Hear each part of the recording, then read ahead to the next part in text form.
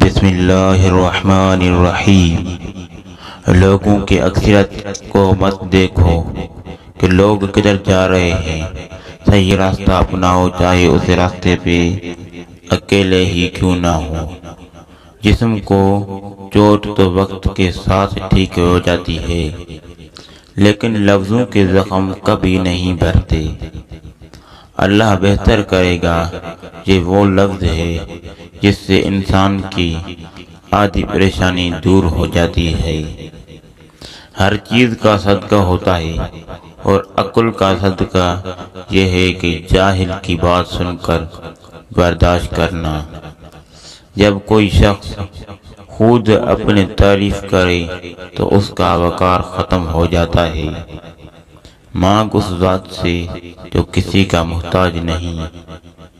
عقل گھر بیٹھ کر بادام کھانے سے نہیں آتی، یہ باہر جا کر ٹھوکریں کھانے سے آتی ہے۔ گناہ گار کی عاجزی عبادت گزار کی غرور سے بہتر ہے۔ ایک رب راضی رہے، دنیا تو ویسے بھی کسی کی نہیں۔ صبر کبھی نہ مانگو، کیونکہ صبر کسی چیز کو کھو دینے کے بعد حاصل ہوتا ہے۔ ہمیشہ سکون مانگو، سکون حاصل کرنے کے لیے کسی چیز کو کھونا نہیں پڑتا۔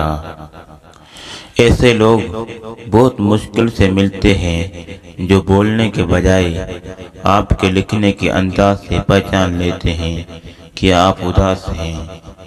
دنیا اگر ہاتھ سے نکل جائے تو بندہ غریب ہو جاتا ہے، اور اگر یہی دنیا دل سے نکل جائے تو بندہ ولی ہو جاتا ہے۔ کائنات کی سب سے مہنگی چیز احساس ہے جو دنیا کے ہر انسان کے پاس نہیں ہوتی۔